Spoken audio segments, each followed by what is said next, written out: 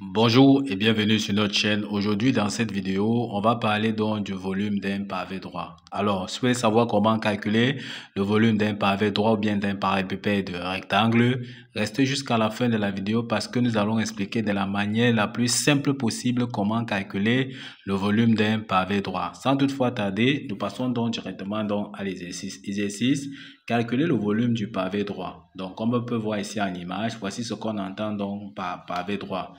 Un peu comme une boîte d'allumettes. On voit ici que ça a une longueur, ça a une largeur et ça a une hauteur. Tel que on peut voir sa base ici qui est coloriée en jaune là qui a la forme rectangulaire. D'où son nom pavé droit ou bien encore parallélépipède rectangle.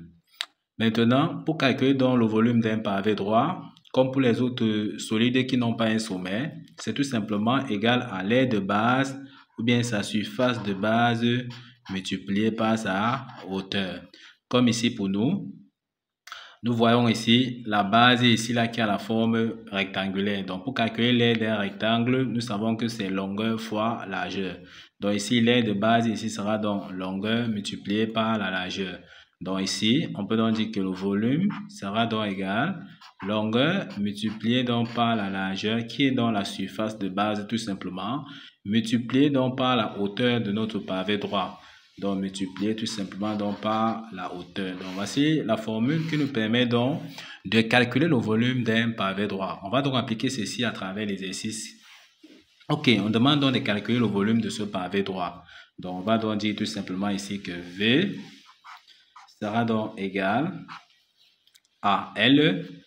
On voit ici qu'on a donné la longueur de notre pavé ici qui vaut donc 100 cm. Donc ça sera égal à 100 multiplié par la largeur qui ici qui vaut donc 20 cm multiplié par la hauteur ici H qu'on a donné ici 10 cm. On voit déjà que nous avons remplacé chaque chose par sa valeur. Tout ce qu'on a fait, c'est de faire l'application numérique en calculant tout simplement 100 multiplié donc par 20 multiplié par 10, ça nous donne tout simplement 20 000 cm3.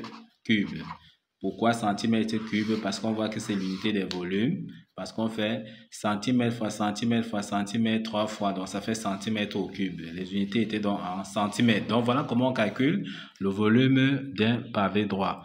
Sa surface de base multipliée tout simplement par sa hauteur.